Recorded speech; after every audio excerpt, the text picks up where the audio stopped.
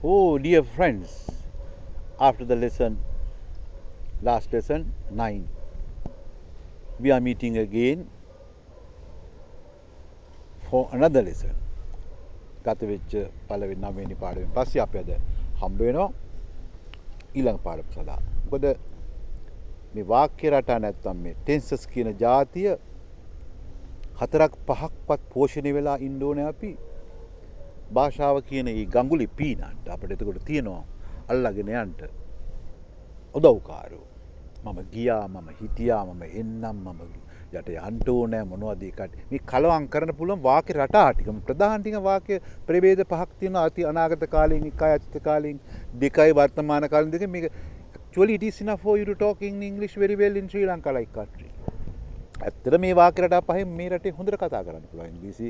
You can offer all your ideas. ඔකට පුළුවන් ඔකට හැම අදහසක්ම offer your ideas to the world සමාජයට ලෝකෙට ප්‍රදානය කරන්න.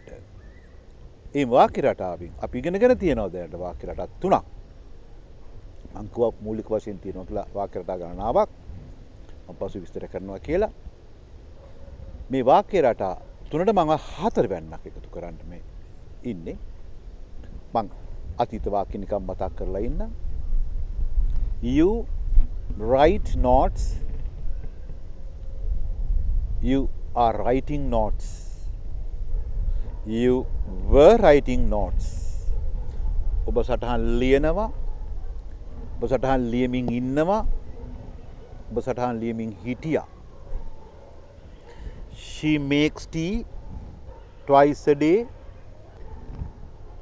She is making tea now. She was making tea that time. ඇත් දවසකට දෙසරයක් තේ හදනවා.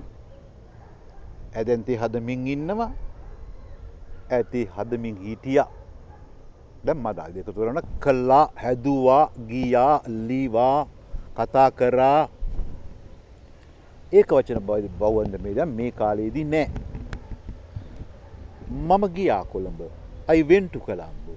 ඔහු ගියා, he went to Colombo. ඇය ගියා, she went to Colombo. අපි ගියා, we went to Colombo. ඒක බොහොම සරලයි. මේ වාක්‍ය රටාව ඉතාම ලේසි. අපි ඒක නිසා ඒක තව වාක්‍ය පද 3-4කින් සෙල්ලම් කරලා බලන්න. ඔහු රට ගියා. He went abroad. ඒ කට්ටිය මෙහි ආවා අද උදේ. They came here this morning. අපි අද උදේ, අද රෑ, අද හැන්දෑව කියද්දි this දාන එක ගැලපෙනවා. today morning, today evening, today night කියන එක මේ local භාවිතා වුණාට මේ today කියන එක විශේෂණ පදයක් වශයෙන් භාවිතා වෙන්නේ වාර්තා, today's news, today's newspaper, today's world. ඒරෙන්ට හරි අඩුයි මේක. මේ වාක්‍යයට අපි අද උදේ ගියා, අද හවස මෙහෙමයි, අද රෑ මේකයි. ඒ වගේ වෙලාවට අපි දාන්නේ නැහැ today කියන එක. ඒ අදහසින් මම කිව්වේ අපි this evening, this morning, this night කියලා තමයි භාවිතා වෙන්නේ. දැන් අපව මම කියන්න. මට ඔහු හම්බුණා අද උදේ. I met him this morning.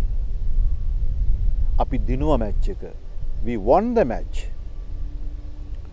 ඔයා මට ඒ ගැන කිව්වාගේ සුමානේ. You told me about it last week. කිසි ප්‍රශ්නයක් නැහැ. ඒක වචන බහුවචන කියන්න යන්ටයි තියෙන්නේ. වචන හුරු මතක තියෙන්න. මතකයේ කියන එක නැති මිනිස්සු මට හිතෙනවා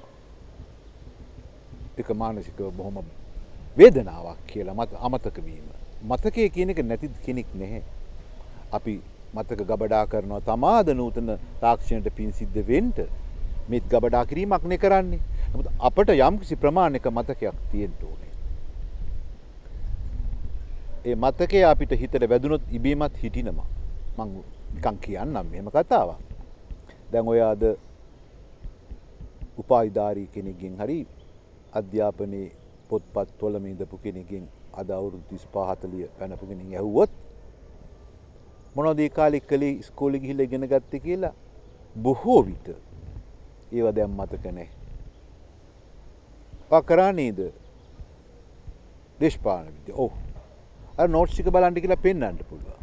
නමුත් එයා මතක තියාගත්ත දේ අමතක වෙලා ඉස්කෝලේ ගියා මතකයි. අසුරු කරපු මිතුරු ඒ නම් මූණු රූප වෙලාවල් සියරම මතකයි. ඒක මතක තියාගත්තේ නැති එකනේ. මෙන්න මේ සැහැල්ලු මනසට හිතෙන මතකය තරම් මතකයක් අපි ජීවිතේ පුරා ආය නම් එන්නේ නැහැ. මොකද ඉංග්‍රීසි දැනුමේ මතකය අවශ්‍ය රස්සාවක් ගන්නට නෙමෙයි ගත්තට පස්සේ ඒ නිසා සමාජ ගමනේ රස්සාවක් ගත්තත් නොගත්තත් ලෝකෙට හැරලා හොඳට බලන්න පුළුවන්. අපි ගත්තොත් අද තියෙන තාක්ෂණයේ දුරකථනයත් කොම්පියුටරයත් මේ වගේ පුළුවන් ජනේලයක් වගේ ලෝක දිහා බලන්න ඉංග්‍රීසි තියෙනවා නම් හැමදාම ඉගෙන ගන්න දේ අලුත් දේ තියෙනවා ලෝකෙන් ඉතිහාසය ඒක විභාග ඉලක්ක කරගෙන ඉගෙන ගැනීමක් නෙවෙයි ආත්ම තෘප්තිය තකා හරි මං ආපහු පාඩමට යනවා පොඩ්ඩක් එහාට තල්ලු වෙන්න ඔහු ලිව්වා දිග වාර්තාවක් he wrote a long report. දැන් ওই වාක්‍ය න්‍යායාර්ථයට පත් කරන්න ඕනකොට මට ඕන වෙනවා අර වර්තමාන කාලේ ගත්ත do එකේ අතීත කාල වචනේ ගන්න වෙනවා did. කිසි ප්‍රශ්නයක් නැහැ. ඔහු වාර්තාවක් ලිව්වේ නැහැ. මං කිව්වේ you wrote a long report. You did not වර්තමාන කාල ක්‍රියාපද එකතු කළා write a long report. කෙටි කරන්න පුළුවන් you didn't write a long report. ඔබ දිග වාර්තාවක් ලීවද? Did you write a long report? did මුලට දැම්මා එච්චරයි. ඔබ දිග වාර්තාවක් ලීවේ නැද්ද? Did you not write? but විවහාර ලේසි didn't you write a long report? තව වාක්‍යයක් අපි කියමු. ඇය ශ්‍රී ලංකාව හැර ගියා. හැර යනවට අපි කියන leave කියලා. හැර ගියා කියන්ට අපි left කියන වචනේ. අවමට කියන අකුරුමයි left. හැර ගියා, දාලා ගියා, තියලා ගියා. leave කියන වචනේ තියෙනවා හැර යනවා, දාලා යනවා. අප ගොඩාක් තියෙන left එකේ පිටත් වෙනවා. අපි කිව්වොත් දැන් ශ්‍රී ලංකාව හැර ගියා. She left Sri Lanka. ශ්‍රී ලංකාව හැර ගියේ නෑ. She did not leave Sri Lanka වර්තමාන කාල ක්‍රියාපද එකතු කළා. Did she leave Sri Lanka? Sri Lanka හැර ගියාද? Didn't she leave Sri Lanka? Sri Lanka හැර ගියේ නැද්ද? ඒ කට්ටිය විනෝදයෙන් කෑ ගැහුවා. They shouted gleefully, happily, gleefully සතුටින්. Happily සරලයි සුලභයි වචනේ. They did not shout happily. Did they shout happily? Didn't they shout happily? මං සිංහල තේරුම් කියන්න ඕනේ නැහැ දැන් තේරෙන්න ඕනේ. තව එකක් අපි කියමු. It happened. ඒක සිද්ධ වුණා. It did not happen. Did it happen? Didn't it happen? දැන් ඔක තවත් පෝෂණය කරමු. අපි අර ප්‍රශ්නය කරන පදය සරුනාම් පදය යොදලා. අපි කියමු did you go ඔබ ගියාදනේ? උඩට දානවා where. Where did you go? කොහෙද ඔයා ගියේ? අපි උඩට දානවා why. Why did you go? ඇයි ඔබ ගියේ? දානවා how. How did you go? කොහොමද ඔබ ගියේ? හරි ලස්සනයි. තව වාක්‍යයක් අපි කියමු. දැන් අපි එකතු කරලා කියමු. ඔවුන් ගෙනාවා ලොකු බෑගයක්. They brought a large bag. දැන් අනිත් එක්කන අහනවා මොනවද උනේ බෑග් එකේ ගෙනාවේ? What did they bring in that bag? What did they bring in that bag? මොනවද ගෙනාවේ බෑගේ? උන් ඒ බෑගේ ගෙනාවා විවිධ දේවල්. They brought various things in that bag. උන් ගෙනාවා විවිධ දේවල්. ඔවුන් ගෙනාවේ නැද්ද කැමරාවක් එකේ? Didn't they bring a camera in it? ඔවුන් ගෙනාවා නමුත් ඔවුන් ඒක අතීතයාන හිටියා. They brought one but it was in their hand. ඔවුන් ඒක උන්ගේ අතේ තිබුණේ. ඒක තිබුණා. තවත් වාක්‍යයක් මම කියන්න. ඔවුන් ඔබට ආරාධනා කළාද? Did they invite you? No, they didn't. කෙටියදුම ලේසිනේ. කරා නම් yes they did. No they didn't. ඇයි ආරාධනා කරේ නැහැ? ඔයා කරේ නැහැ. ඇයි ආරාධනා කළේ නැත්තේ? Why didn't they invite you? Why didn't they invite you? ඇයි ඔවුන් ඔබට ආරාධනා කරේ නැත්තේ? ඔවුන් කිව්වා ඔවුන් දැනගෙන හිටියේ නෑ කියලා. මගේ වතගොත මං කොහෙද? They told me they did not know my whereabouts. They did not know my whereabouts. Whereabouts කියනවා අපි සිංහලෙන් අපි කියන්නේ ආගිය තැන් කොහෙද කාගේද කින්ද මන්ද කියන සියර කීම මන් දන්නේ ඒ කට්ටියගේ වතගොත. I don't know their whereabouts. ඔවුන් කිව්වා මට ඔවුන් මගේ වතගොත දැනගෙන හිටියේ නෑ කියලා. They told me they did not know my whereabouts. තවත් වාක්‍යයකට අපි යමු. කවුද ඔයාට ඒ ගැන කිව්වේ? Who told you about it? Who told you about it? ඔබේ සහෝදරයා මට ඒ ගැන කිව්වා. Your brother told me about it. ඔබේ සහෝදරයා. කොහෙද ඔහු ඔබට ඒ ගැන කිව්වේ? Where did he tell you about it? ඔහු මට ඒ ගැන කිව්වේ ඔය කට්ටියගේ දිහාදි. He told me about it at your place. දිහා ගෙදර.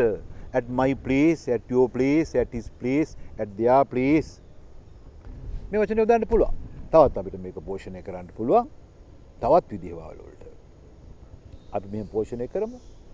අපි කියනවා ඇය ඔබට අපි ගැන කිව්වද? Did she tell you about us? කවද්ද ඇය ඔබට අපි ගැන කිව්වේ? කවද්ද? When did she tell you about us? When මම ඔක මුලදී කිව්වා. ප්‍රශ්නයක් ඉදිරියට ආපුවම කවද්ද කොයි වෙලාවෙද කියන තීරුම ගෙනත් දෙනවා. සාමාන්‍ය වාක්‍යයක් එක්ක එකතු වුණාම විතදී කියන තීරුම ගෙනත් දෙනවා කියලා. මේ when එක නිකන් ආය මම පෝෂණය කරන්නම්. When I was in the town I saw you. මම ටවුමේ ඉන්නකොට මම දැක්කා ඔයා කාල දෙක මෙතන ආවා. When they are at home they usually sing or play. උන් සාමාන්‍යයෙන් ගෙදර ඉන්නකොට උන් ගයනවා නැත්නම් සෙල්ලම් කරනවා. When they were at home they did not do anything. උන් ගෙදර හිටිය විටදී උන් මොකවත් කළේ නැහැ. අර කාල ප්‍රභේද කරවම් කරන්න පුළුවන් අපිට මේ තාත්වාක් අපිට කියනවා. When I was a small child my mother told me I cried very much. මම මැදට දැම්මා නිකන්. When I was a small child my mother told me මම මැදට දැම්මා නිකන්. නැත්නම් when I was a small child I cried very much කියනවා. කොහොම ළමයි නම් අඬනවා පොඩි කාලේනේ. ඔව්. ඒ වාගේ අපිට මේ සරසා එක එකන එමතුම් දෙදා දාන්න පුළුවන්. දැන් මම දන්නවා මේ පාඩම් කොටසෙන් අර පරණ පාඩම් එක්ක කරනවා කරමින් ඉන්නවා කලා කරමින් හිටියා play they are playing they played they were playing මේ ප්‍රභේද හතර හොඳට හුරුයි. අපි ප්‍රභේද හතර එකතු කරනවා. තව පෝෂණය කරන තව මොනවා හරි ඔය යෙදුම් වලින් තියෙනවා. so වැනි දේවල් as වැනි දේවල් පෝෂණය කළා මේක තව සරසන. අපි ඒක ඊළඟ පාඩමේදී ඔබලා සමග ඒ සරසිල්ලට සාධනය මම I think that you are sure to understand my lessons with so much interest. So let us meet next time. I wish you all the best. Bye.